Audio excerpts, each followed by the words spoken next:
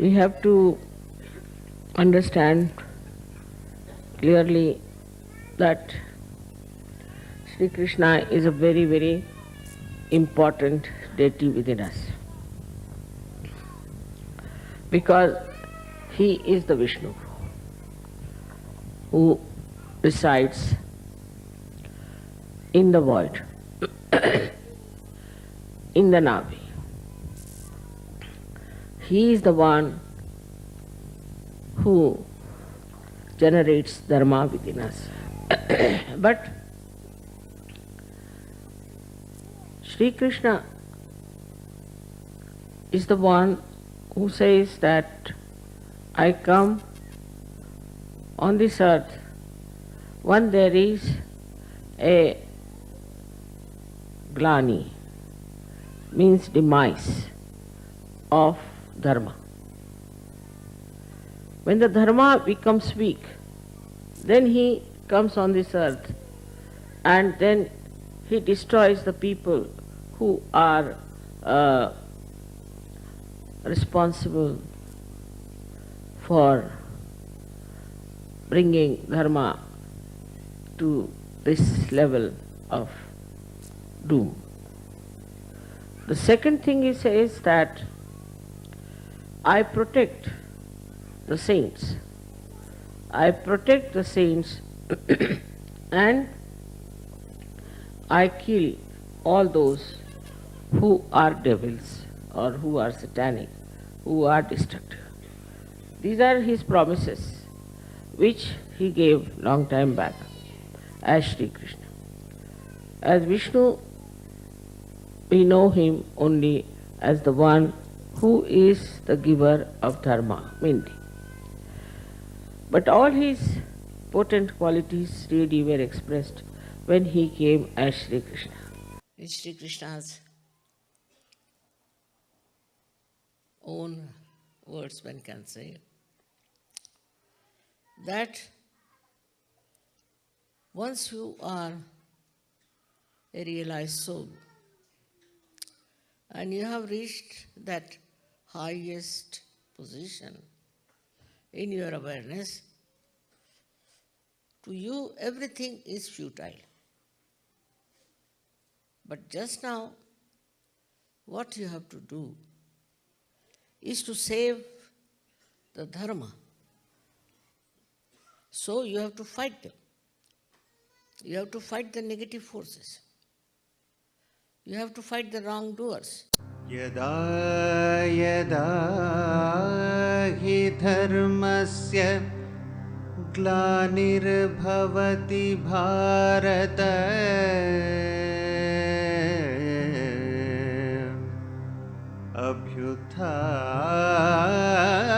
abhyuthanam adharmasya tadatmanam srijamyaham paritrāṇāya sadhūnām vināśāya ca duṣkritaṃ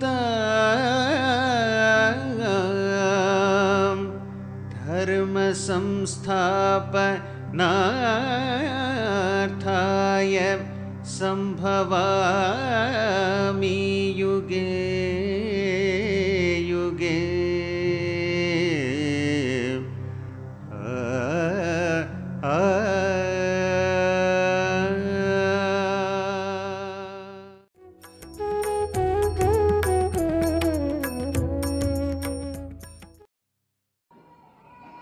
Vishnumaya.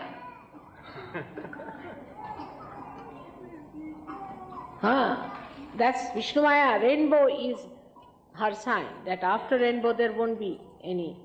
That's the sign that there won't be any more of lightning. If you see the rainbow, there won't be any lightning after that. That assurance. Yeah.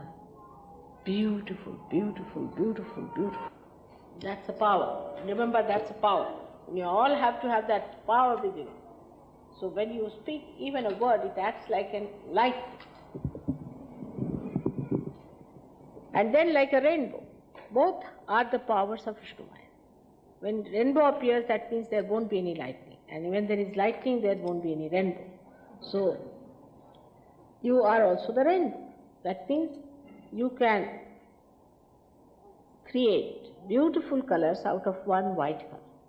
That's what you are capable of. So you have to show that magic. And also you have to show sometimes that lightning effect. But better take more the lightning inside and the rainbow outside.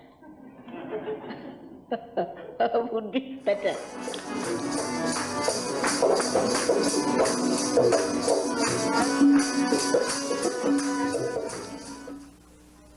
Then this Vishnumaya, who is the thunder, we can call, who is the electrical charge which is liberated by the friction of these black clouds, which actually is a catalyst for rain. It's a catalyst for rain. This start acting on such people. That is, they suddenly get a shock. They become extremely sensitive people. They get nervous. And this nervousness makes them think, why are we nervous? What is the problem? Like the exposure of their guilt comes through the Vishnumaya power. So I have to tell you about also the origin of Vishnumaya, which is very interesting. Vishnumaya was the sister of Shri Krishna, who was born after Shri Krishna was born. Actually, she was not his own sister, but she was the daughter of Nanda. And when Shri Krishna was taken over and was put in the care of Nand and Yashoda, they gave their own daughter in his place. And the father of Shri Krishna brought it back. So, when Kansa came, the uncle, you all know about the story, to ask about the 8th child, they said, this is the child. He said, but this is not a man, this is a woman. He took the child in his hand and did like this and threw it in the sky. And there she went, and there she announced that Shri Krishna is already incarnated, he is living, and he is your killer. So she is the announcer. She is the announcer of the incarnations. She is the announcer of something good that is going to happen. Also, she is the one who can burn things which are not spiritually all right.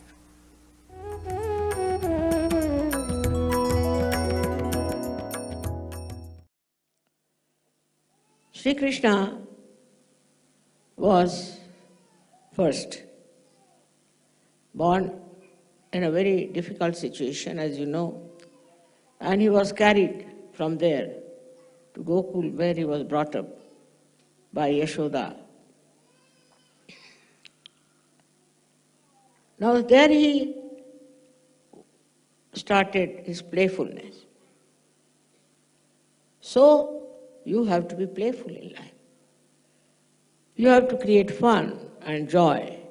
He didn't say that you sit down like an old sage somewhere in the Himalayas, but you mix up with children.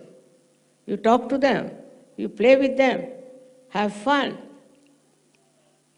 At the same time, he was destroying negative forces which acted upon him. In his playfulness only he has done it. As a child only he has done it. How matured he was as a child, you can see that he killed Putana, and there are 2 horrible Rakshasas also. He killed them. At the same time, he was playing with the gopis and teasing them, troubling them, making fun of them. Why? Because he wanted them to be playful. When he was a child, he did all kinds of pranks and things. It was nothing but sahaja. It was not sitting like this and seriously telling about things. But with little bit here and there, he tried to improve their chakras and release their kundalinis. Of course, realization was not possible in a game. You cannot do it. Supposing I just play about with you, you cannot get your realization. Because at the Sahasrara stage, you have to completely recognize.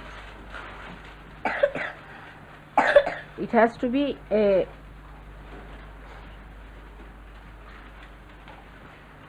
game of serenity. Of course, you can just raise your hand and give realization to them. But you have to bring them to serene level. If you just came and said, all right, you now play about, it would be all finished. You have to sit down and meditate. Oh, he has said it in Gita, you have to do it. So, one could not say that all the time if you are playing, if you are just singing songs, or if you are in a very happy mood, a mirthful mood, then it's the end of Sahaja Yoga. It is not. It's a serious matter.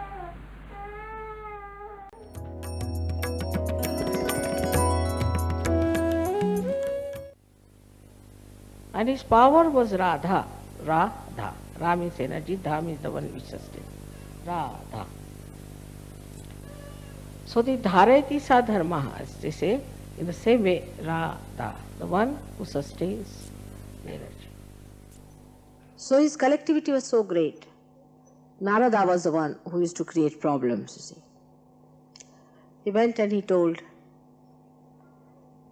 told one of the wives that, oh, this Krishna, he does not love you. He only loves Radha. You are under wrong ideas that he loves you.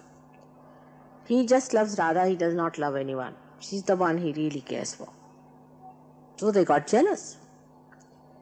And they went and told Sri Krishna that, see, we think that you only love Radha, you're just befooling us. And we are not going to be your wives anymore the way you are. In your heart of hearts you love Radha. He said, who told you that? He said, Narada. He said, all right, I know this Narada. So Narada came to see Sri Krishna, and Narada then heard a great scream from Sri Krishna. Narada said, what has happened? He said, oh, terrible pain in my stomach. Oh no, terrible pain. I just can't get over it. So Narada got a fright and he said, now what should we do? You better tell us the medicine. He said, if you can give the dust of your feet for me to drink, I'll be all right. See the tricks of the witness. So he said, oh God. Narada said, I can't give, because I know he is the primordial being. I can't give dust of my feet for him to drink. That would be such a bad thing to do. And I'll have all the sins of the world upon myself. I'm not going to do it. He said, I'm not doing it. He said, anybody who thinks he's my bhakta can do it. And you can ask my wives, that's a better idea. So Narada went round. He said, oh, he's in terrible pain. Why don't you give the dust of your feet? He said, no, nothing doing. See, as it is, he doesn't love us. In his heart is only Radha. And he wants us to give the dust of our feet. We are not mad. We'll have no punyas. We'll have no good deeds for us. And what's going to happen? So, Sri Krishna said, if you cannot give me, then what am I to do now? I have got terrible pain. And somebody has to do it. So Narada said, what do you suggest yourself? He said, you go and ask Radha. She's the only person left now. So he went to Gokul. And the Vrindavan, that area, has got the dust of yellow color. like a pollen, like pollen, the color of a pollen.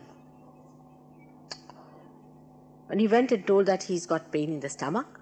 And now what to do? He said, and what did he say? He said, if you give the dust off your feet, he'll be all right. He said, take it, just now you take it. He said, aren't you worried? He said, about what? He's the primordial being. You're giving your dust. What will happen? She didn't feel guilty. She just says, it's all right, take it up. And he scrapped some of the dust. He said, aren't you worried you'll be losing completely in your punyas and all that? She said, oh, don't you worry. And she said, he's the one who makes me do all the sins, and he's the one who makes me love others, and he does everything. I'm not bothered. It is his lookout. If he has asked for it, better take it. So he went to Krishna. The beauty of the story is here. He went to Shri Krishna and told him that she's given the thing. He said, bring it, darling. And he drank. And Krishna, he said, but I was surprised at her answer, that it is you who do all kinds of sins and this and that. And you are the one who makes her love others, and whatever he does is say not things, she doesn't bother about it. She's not worried about papa and punya. She's not worried about sin and good deeds. She said, it's he who does everything. I have nothing to bother. Let him do what he likes. If he wants it, I'll give. I'm surprised she's not bothered. So Shri Krishna said, all right, you just watch just now. Watch my heart. And Shri Krishna opened his heart, and in the heart was Radha's. It was a lotus, and the lotus had the pollen, and her feet were touching that pollen. If her feet are touching that pollen there, then what is the punyas? And what are the apunyas? If her feet are in his heart, then what is to decide? See the beauty. The poetry of the divine is so beautiful. It's so beautiful. If you understand the poetry, then you will never feel guilt. You are unnecessarily taking out thorns out of flowers. The beauty is so much, it's so beautiful it is. The whole thing is so poetic that to understand that poetry, you have to cut down all these ideas of cursing yourself and saying bad things to yourself. Leave everything to the divine in full understanding and in full love. You don't need much imagination for that. It's just when you go to your heart and see for yourself how much you have got. Just think. So one should understand that if you have to be Shri Krishna, then it's not only fun, it's not only enjoyment. To say that Shri Krishna established the Leela, but first if you remember his life, how he was born, his parents were arrested, then how he was taken to Gokul, from there how he killed so many Rakshasas who came to kill him, and then how he went back to kill Kamsa, and after that he said it's a Leela. So like that we too have this problem within ourselves, that we have to first of all kill the Kamsa within us. We have to kill the other Rakshasas within us. We have to do all these things, and then we can say it's a Leela. So he has a double life. One side with the gopis, he was playing Leela, and also with the Gopas, he was playing Leela. So that is how it was done, to show how everything is a play in one side of the life when he was a child. And then again he showed that how he had to fight the Rakshasas on the other side. That he did on his own. He worked it out on his own, and he never bothered others, the gopis and all of them. Even he had to fight the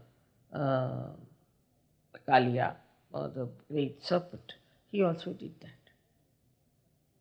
But as far as his friends were concerned, he was playing ball with them. when the ball fell down, then he went and fought Kalia.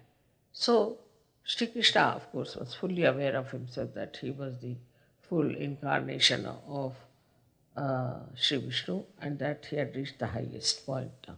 And he has to establish the Leela concept. And that's how the Leela started. So we should be pregnant. We should be beautiful. We should be generous. We should know what we have got from the divine as the gift. Then it becomes a Leela. When you have that power of Shri Krishna, it becomes a Leela. So even now sometimes I find very petty things coming up and very petty things happening in Sahaja Yoga. It's surprising. You know, everything is a Leela when we become part and parcel of the whole thing. Then it's a Leela, not before that.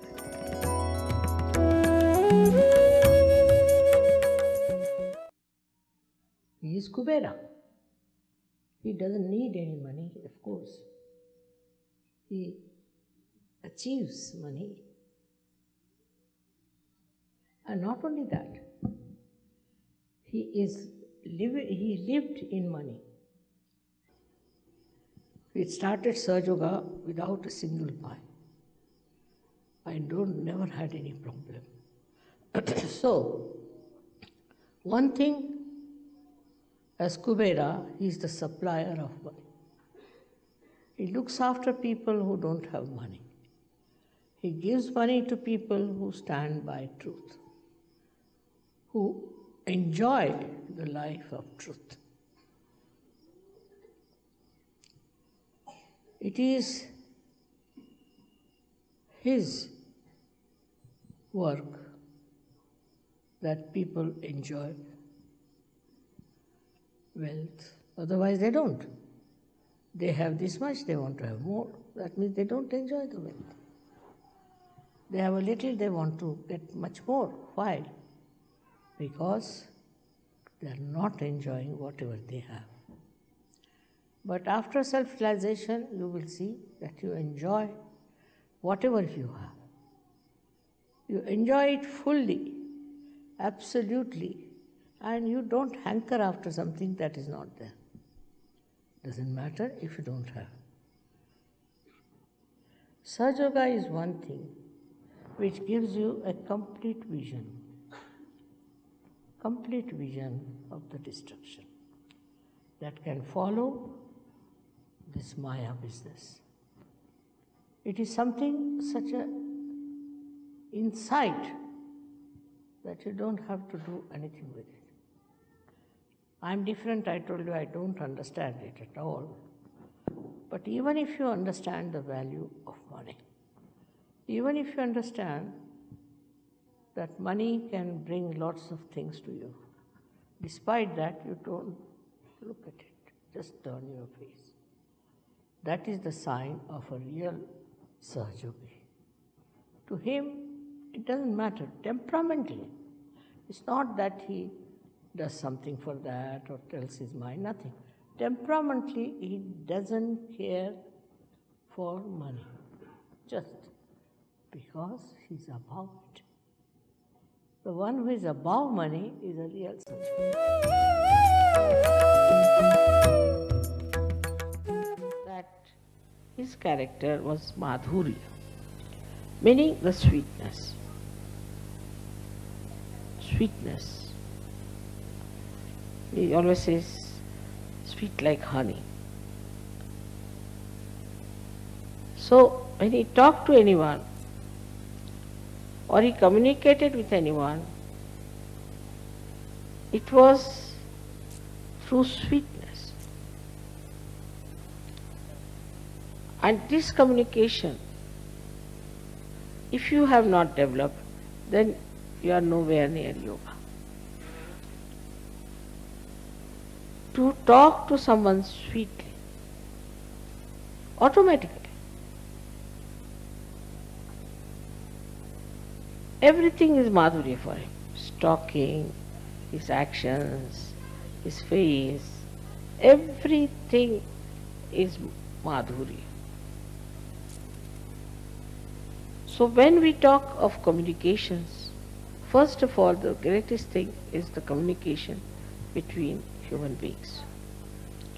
And when we have to think of the communication with the human beings, many people think that by aggression you will communicate better, which is not true.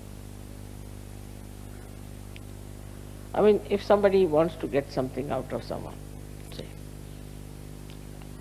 so you go there and just talk. I have to have, how can you do it? This, that. As it is, it's no. But if you are sweet and start talking sweetly, then 99% will definitely dissolve. So to dissolve people with sweetness, how to do it, that trick one has to learn.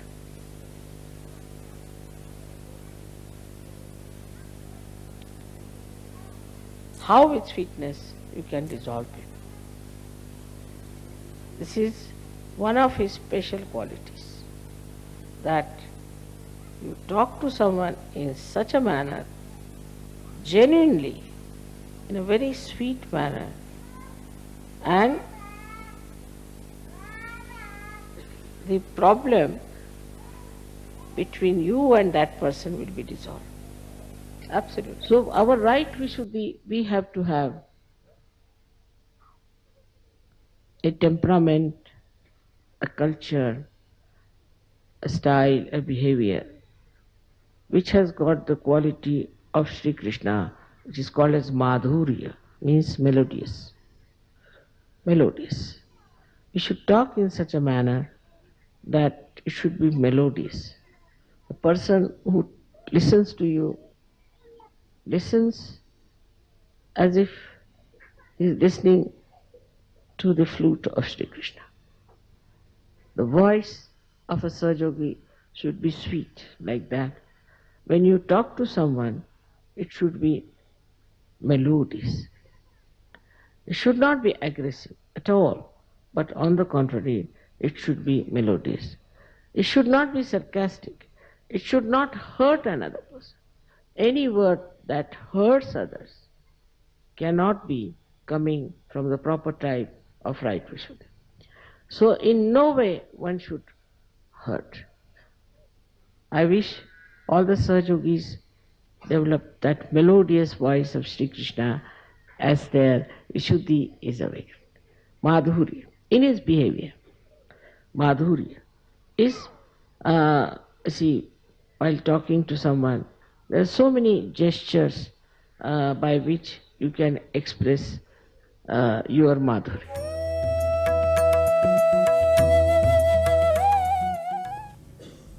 The collectivity that he preached through Rasa Leela and all that, that he brought in his, I should say, adolescent age, was also remarkable, that he made people dance together, pray together, to be festive, and to know that you are a witness. You are not a slave of religion or of your meditation, but you have to be festive. And he got this introduction of holy festivals and many others like Rakhi Bandhan. All these he brought in because he thought this is how the society will be cleansed, and also they will have a lot of enjoyment. So the idea of enjoyment, he brought it into the lives of people.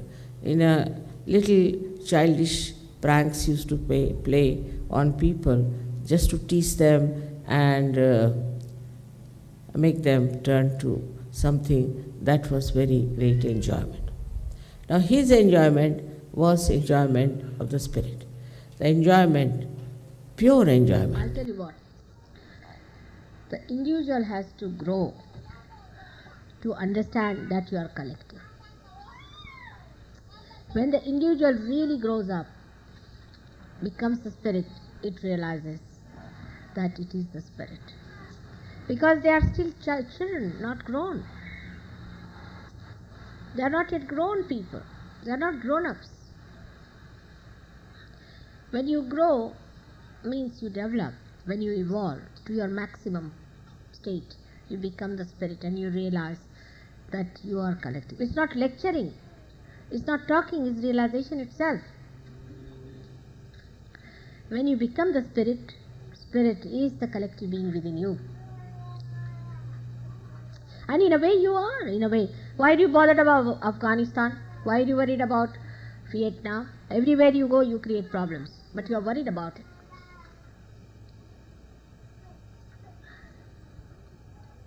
But when you really evolve, you become the spirit.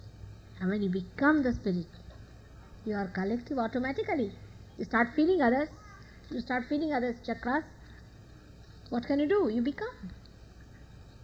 So the complete individuation is complete collectivity. But it's one-sided. Growth of ego is cancer. Here the individual means you become a big, thick-headed ego. That's all. This is not individual. This is Mr. Ego, the stupid. The stupidity. It's real stupidity, I tell you. And where are you individuals? Just see that. Very stupid.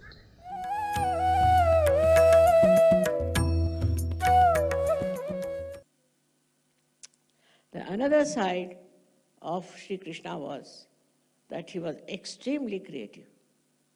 In his childhood, he did all these things, these pranks. And when he became a grown-up person, he became the king of Dwarika, of that area. And he used to dress up like a king only. After all, he was a king. When he was a child, he used to wear a small little piece of feather from the peacock. But when he became the king, he was wearing all the things, and he used to sit on the throne and talk to people in that manner. All that greatness was there, and he was extremely creative.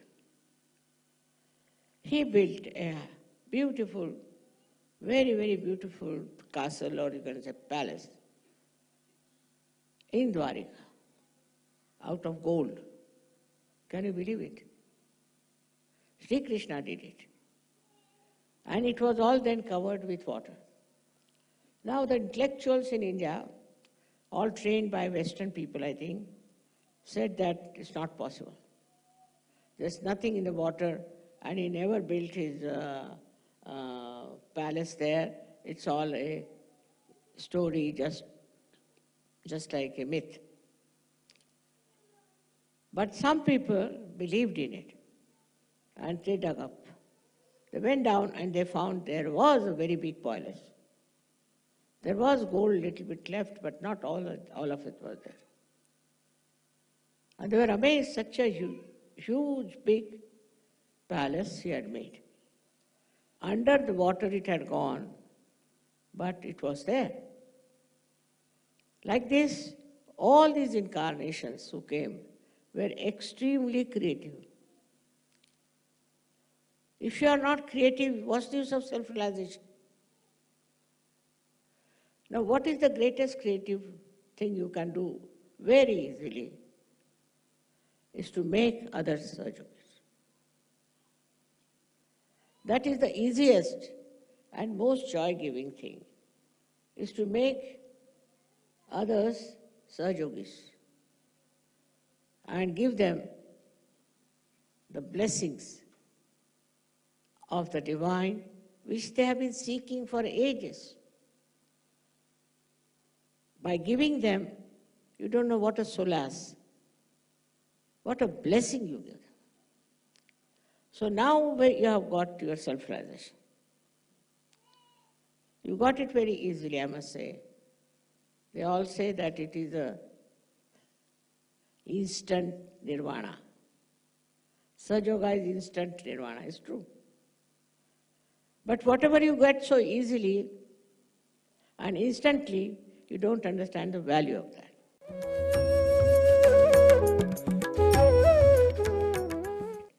A spiritual person's reactions are very, very different. In the life of Shri Krishna, you can see that he had a friend who was very poor, and he wanted to meet Shri Krishna. And the wife of the friend gave him some rice krispies, as you call them. And that's, take for your friend, you must take something for your friend. He was a little shy, you know. And when he went to Shri Krishna was in his palace, and the people at the door said, no, you can't meet him. He said, all right, you just go and tell him that Sudama has come. She was sitting on the throne discussing something, and he said, Sudama has come. He rushed out. I went to the door and hugged him again and again. And he said, why are you standing here? He took him and put him on the throne that he was supposed to occupy. And he told his wives, please come and wash his feet. And then they brought for him clothes and all that. He had a bath. He made him sleep on his bed. See the love of Shri Krishna. He had very dirty feet, all were cracked. He tried to put on that some sort of a medicine by which it would be all right. He tried to do whatever was possible to him to cure those cracks. And he asked him to sleep on his bed and asked the ladies to fan him so that he doesn't feel hot. See the compassion of Shri Krishna is shown so beautifully. Are we that compassionate? There was no need for him to do that. It was no drama, nothing. But his heart. He took a spontaneous decision. When he heard Sudama is there, he just rushed there. He just felt so happy that my old friend has come. If a Sahaja respects somebody who is a governor, I can't understand. The spirit is above everything and does not respect a Sahaja, there's something wrong with him. He should understand that the spiritual person is higher than all these people who have all kinds of these big names behind them.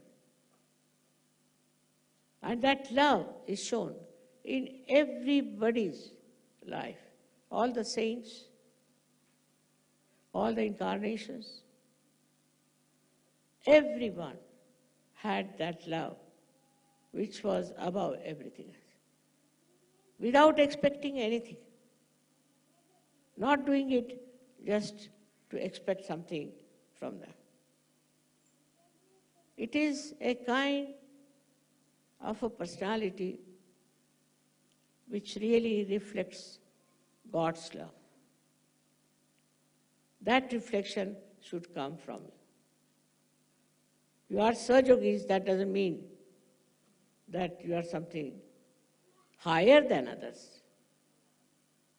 But you are different. You are above them. You have no superiority, that's why you are different. You are so humble, that's why you are different. You are so joyous, you are so peaceful, that's why you are humble.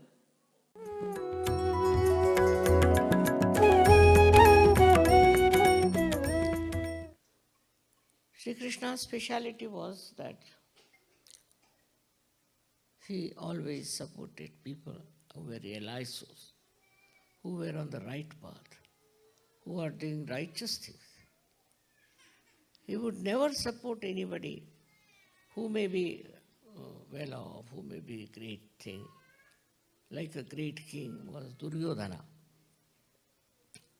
He invited Sri Krishna to his house, to his big palace, to be his guest.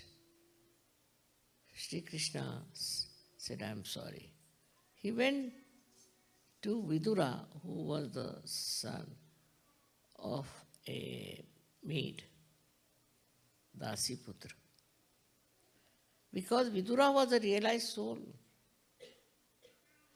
Because he was a realized soul, to him he was much higher, much greater than Duryodhana, who was a ruler, because he was a crook, because he was a bad man.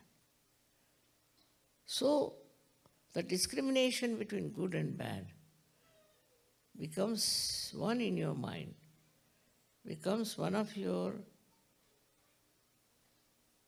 inner temperament. Then you are always very much satisfied. Because you know you are not doing something that is wrong. The discrimination is the gift of Sri Krishna. Apart from anything else, he gives us the gift of discrimination.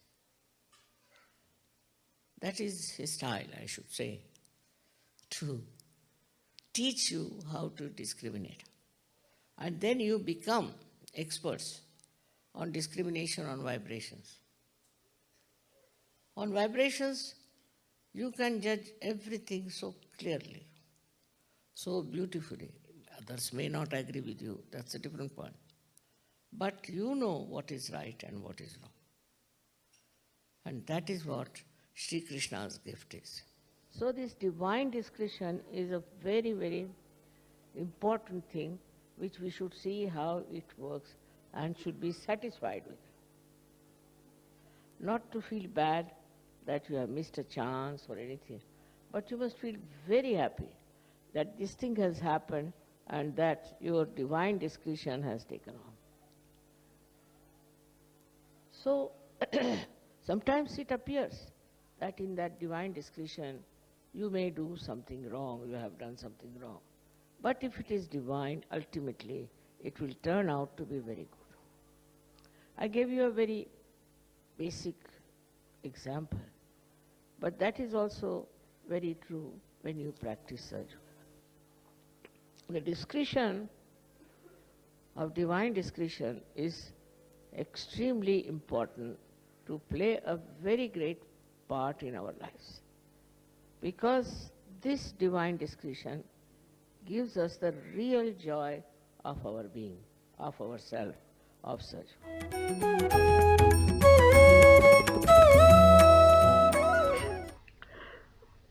The another quality which Sri Krishna has, which we can express through our right Vishuddhi, is diplomacy. But there are two types of diplomacies. One is genuine, one is artificial. In the genuine diplomacy, you do not have to take to a certain standard, or you don't have to read some books to know how it is diplomacy. Is it genuinely it comes to you. The whole thing works very sweetly in such a genuine manner. I have used it many a times myself, and you all can use it also many a times. That's only possible if you don't get angry with someone. Not possible if you are angry. The diplomacy is not convincing anybody with his intellect or by temper or anything, but it is to melt away another person by your goodness, by your good words, by your sweet works, by your forgiving nature. This quality he had, and he tried this on many people. It worked on some, it did not work on some. He didn't feel it's a failure. It's the reaction of the another person which is important to be seen. So this quality of right Vishuddhi you should have is to talk to others and melt them away. So, one has to know that what is the essence of all this diplomacy. Can you tell me?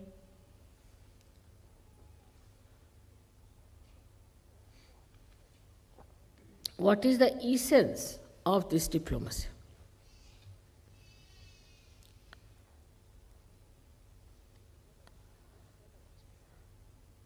It's benevolence. You have to achieve the benevolence of the whole humanity. This is the essence of it. If you are doing it, you are not doing for yourself, for your gain, you are not doing for the gain of any particular person, but you are doing it for the benevolence of the whole humanity. So, once you know this is the essence, so what is the need to shout? By shouting, you are not going to achieve anything. So, to play around with it and bring it to that point, which is benevolence. But he talked of joy, and he never talked of renunciation. He never talked that you give up your family, you give up your children, you give up everything. Never, never. He said, you must enjoy. Enjoy with detachment. For people it is very difficult to understand. How can it be it is without detachment? With attachment you can never enjoy. If you are attached to something, you cannot enjoy anything in a full way. Like supposing you are attached to your child. Very simple thing, you are attached to your child. If you are attached to your child, then you will be bothered about things which should not be there, which will not give joy to the child either. You will not allow your child, say, to go out or to talk to people, whatever it is, all kinds of restrictions you will put. But if you have really the divine discretion, then you will know with whom he should talk, where he should go, what he should enjoy, and you will see that he enjoys life. Any attachment with anything doesn't give you the full view of that person, of that thing. If you are detached, then you can see it, say, from above him, above the thing. If you are detached, you become thoughtlessly aware also.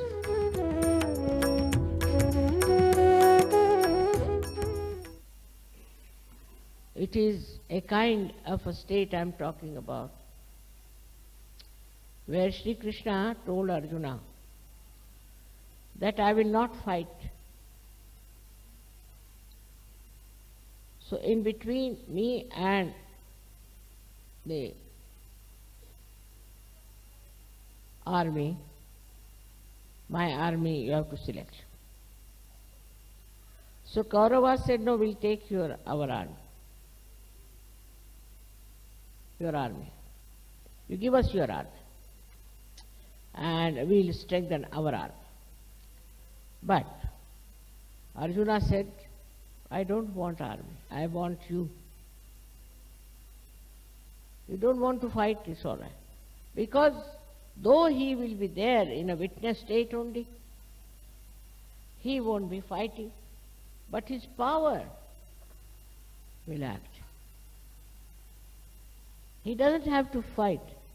He doesn't have to do anything but his own power, which is outwardly is silent, but will act, and that is how we will win the war. So this power of witnessing, you all should develop. Try to develop it. That when you are reacting, stop reaction. Stop reaction about everything. You will be amazed. You will find yourself a very, very powerful person In the sense, you will have no ambitions, you will have no desires, you will have no special fondness or anything. But just you are witnessing the drama.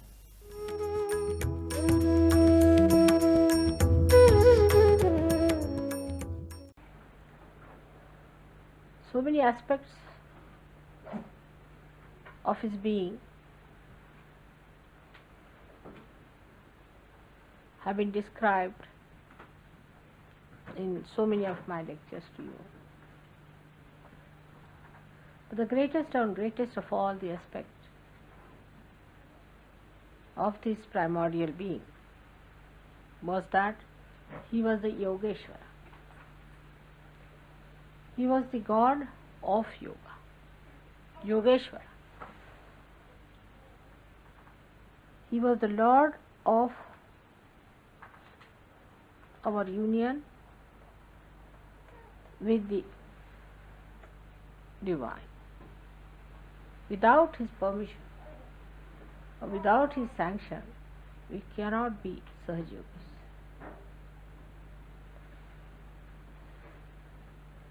He was Yogeshwara, and a real yogi is a person who gets this Yogeshwara awakened within him. The word yoga that we understand is the union of our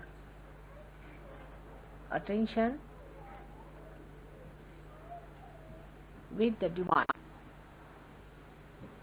But still we do not realize the implications. What does it mean? What should happen to us? Of course, you get powers. As soon as you become the spirit, you get powers. One of the powers you get is of collective consciousness. That is also the gift of Shri Krishna. And that you start feeling the collectivity. Your ego and superego is sucked in. So you get rid of your karmas and your conditionings. And a new sprouting of the new life for the new age starts. But still, what is Yogeshwara? Leeladhara is the one for whom this whole universe is a play. That he is at the axis and for the whole periphery is nothing but a play. Because everything is false. Except for your spirit, everything is false. Is all a joke going on, you can say, a drama going on, nothing so serious. Spirit is the only truth within us. The rest is all untruth. But he is Yogeshwara. That's the main point. And to do duty to him, first and foremost thing is you have to develop that purity of a Yogeshwara. He is Ishvara. He is your Ishvara. You are not Ishvaras, but you are at least the yogis. We have to be the yogis first, then he is our Ishvara. Otherwise he doesn't want to rule you. So what we have to do is to become the yogis first. And one of the signs of a yogi is that he is in his sex life extremely pure.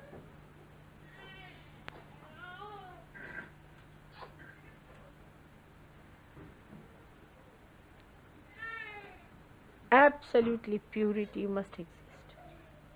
And after some time one should get beyond it.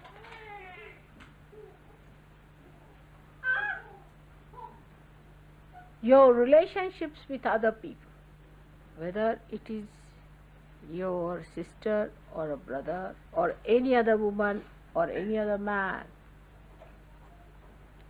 there should be complete purity. And this is extremely important.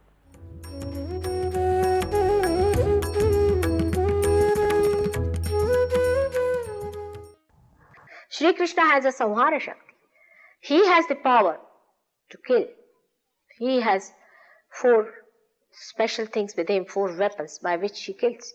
But one of them is this, in his hand is a discus. And this discus is shown around the Saturn which you see.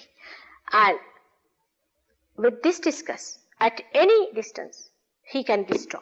So his destructive powers are built in you. Nobody can destroy you. You have to just get to yourself and become yourself. You'll become so powerful a nation, but powerful in loving, in being compassionate and affectionate. In the real sense of the word, not the way we are now trying to help others. It's not the way. It can be very disgraceful sometimes. The way we try to help others can be very disgraceful. You'll be amazed how sometimes you people have helped and have created problem for others.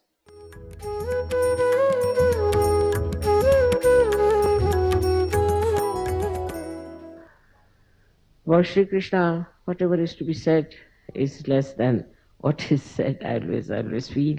And that his main work is through our brain. That is Virat. He works through our brain. And as Shiva works through our heart, he works through our brain. And after Sahaja Yoga, after enlightenment, all the subtleties of the brain and the knowledge starts manifesting and expressing itself. But the greatest thing that happens, that integration takes place in your brain. It's not that your heart wants one thing and your brain wants another thing. The integration takes place, and when that integration takes place, it's so easy to lead a very dharmic life. Even without thinking about it, without reading about it, you just become dharmic. You are not to be told that you have to be dharmic. Innately, you become dharmic because your brain, which normally is used for rationality, for justifying all that is wrong, becomes dharmic, becomes divine. The power of Virat is that it can penetrate into the subtle side of human beings in such a manner that everything we are connected. We are not separate. As every drop is connected with the ocean. We are connected with the whole universe. And when you become the citizens, I should say, of Virat, then all the things with which you are connected also get your vibrations, your ideas, your ambitions, everything passes through that. And it works. It works.